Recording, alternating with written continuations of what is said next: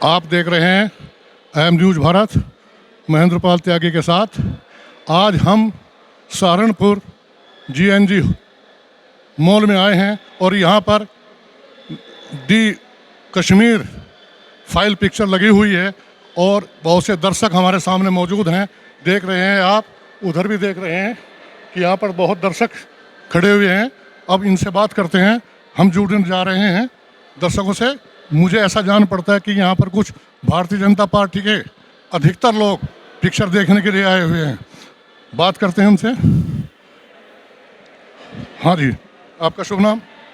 उषा उपाध्याय, जिला महामंत्री महिला मोर्चा से। आप यहाँ पर किस लिए आए थे? द कश्मीर फाइल्स देखने के लिए। सर, इस पिक्चर को देख के पता लगा कि वाकई हकीकत क्या है, जो आज तक हमें नहीं पता था और ना ही किसी भी किताब में नहीं पढ़ाया गया। कश्मीर, दी फाइल कश्मीर आपने देखी, तो इसके लिए कैसे प्रेरणा मिली आपको?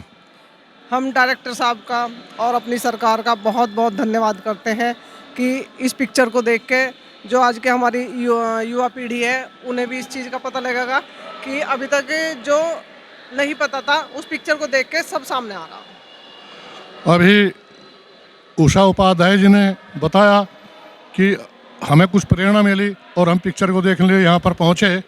इनके साथ साथ और भी महिलाएं मौजूद हैं यहाँ पर, हम उनसे भी बात करते हैं। आपका शुभ नाम? मेरा नाम रजनी राणा। आपने पिक्चर देखी? जी, आज हम इस पिक्चर को देखने के लिए आए थे। इस पिक्चर से आपको क्या प्रेरणा मिली? देखिए सर, सबसे बड़ी प्रेरणा की बात तो यह है कि जो कश्मीर की जो सच्चाई है वो हमारे बच्चों से छुपाई गई है और हमेशा अकबर महान, औरंगजेब महान, सिकंदर महान, इन सब के बारे में बताया गया, लेकिन ये कभी नहीं बताया कि हिंदुओं के ऊपर कैसे कैसे अत्याचार किए गए। नाम कश्मीरी पंडितों का लेकर के उनको, अभी हमने पिक्चर के लास्ट में देखा कि एक लाइन में खड़े करके एक एक को उसमें उन लोगों ने शूट किया। तो ये हमारे हिंदुओं के ऊपर सरासर अत्याचार हुआ जो कि नहीं दिखाया गया। और हम धन्यवाद करते हैं विवेक अग्निहोत्री जी का, जिन्होंने इस सच्चाई को सबके सामने लाने का काम किया। अभी रजनी राणा जी से हम बात कर रहे थे। इन्होंने पिक्चर के बारे में बताया कि वहाँ कश्मीरी पंडितों को कैसे निकाला गया और लाइन में खड़ा करके 24 और 30 व्यक्तियों को कैसे गोली मारी गई। उन्होंने बच्चों को भी नहीं छोड़ा। जो हमें बताया गया है, जो हमें इतिहास पढ़ाया गया है, वो इतिहास गलत है। और चूंकि गलत बात जब हम सुनते हैं तो इतिहास भी उसका गलत ही बनता है। अभी हमारे साथ और महिलाएं भी जुड़ी हुई हैं, उनसे बात करते हैं। जी, मेरा नाम सीमा बर्मन है और हम आज यही पिक्चर देखने के लिए आए थे यहाँ पे। और जैसे ही इस फिल्म में हमने देखा है कि महिलाओं पे और बच्चों पे कैसे अत्याचार हो रहा है, जो चीज़ मतलब स्कूल में, कॉलेजों में हमें आज तक नहीं पता था, हमारे से छिपाई गई थी।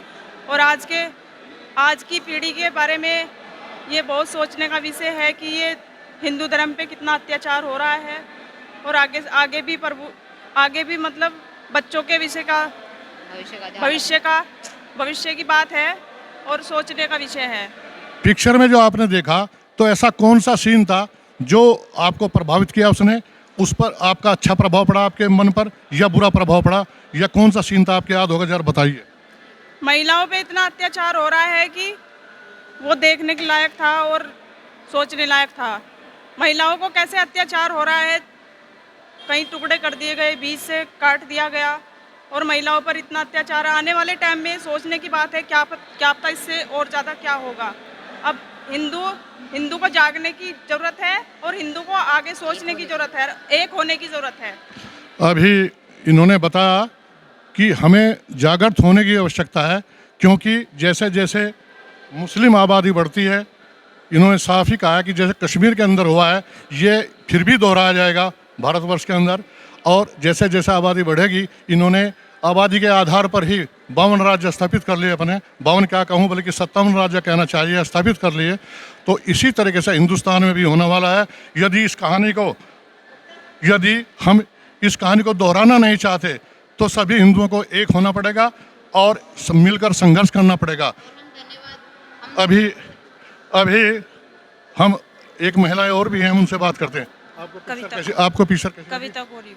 एम न्यूज़ भारत में आपका स्वागत है। हाँ जी, मेरा नाम कविता कोरिया, मैं भाजपा से हूँ, जिला पंचायत सदस्य भी हूँ। अब महिला मोर्चा में जिला उपाध्यक्ष हूँ। बहुत अच्छे। तो आपने पिक्चर देखी, हाँ जी, देखिए। आपको क्या एहसास हुआ? बस एहसास तो ये है कि ये सरकार हमारी इतनी अच्छी है, जब ने दिखा के सबको ये पिक्चर देखा है ज़रूर, और बच्चों पर जो महिलाओं पर अत्याचार हो रहा है ये ना होए, ये सब जागरूक रहे। ये महिलाओं पर जो अत्याचार जो हुआ है, तो इसका मेन कारण क्या था, क्या उद्देश्य था? सच्चाई छुपाई गई है सभी से, बच्चों से भी हम आने वाले भविष्य में लिए ये सख्त रहना चाहिए। हाँ, हमारी सरकारों ने जो गत सरकार है हमारे हिंदुस्तान तक कश्मीर को अलग करने की कोशिश की, और यही पिक्चर में दिखाया गया ज़्यादातर। तो इसका आप पर क्या प्रभाव पड़ा, आप क्या संदेश देना चाहेंगे? बस मैं तो यही संदेश देना चाहूँगी, मतलब इससे सब जागरूक रहे। अंत में मैं एक बार रजनी राणा जी हमारे बीच में, उनसे मिलता हूँ। आप जो है समाज के लिए क्या संदेश देना चाहेंगे, हमें इस पिक्चर ने क्या संदेश दिया? मैं सभी माता बहनों से भी ये आग्रह करूंगी कि वो अपनी बहन बेटियों को भी ये पिक्चर दिखाएं और अपने बच्चों को भी दिखाएं, क्योंकि ये लोग जो हैं लव जिहाद के चक्कर में हमारी बहन बेटियों को फंसा करके ले जाते हैं। ठीक है, तो इसीलिए हमारी बहन बेटियों भी इससे बचेंगी, ताकि उन्हें भी पता चलेगा कि हमारे समाज में मुस्लिम जो हैं हमारी बहन बेटियों के साथ में कैसे कैसे उन्होंने अत्याचार करे। और मैं धन्यवाद करूंगी मोदी जी का कि उन्होंने कश्मीर से 370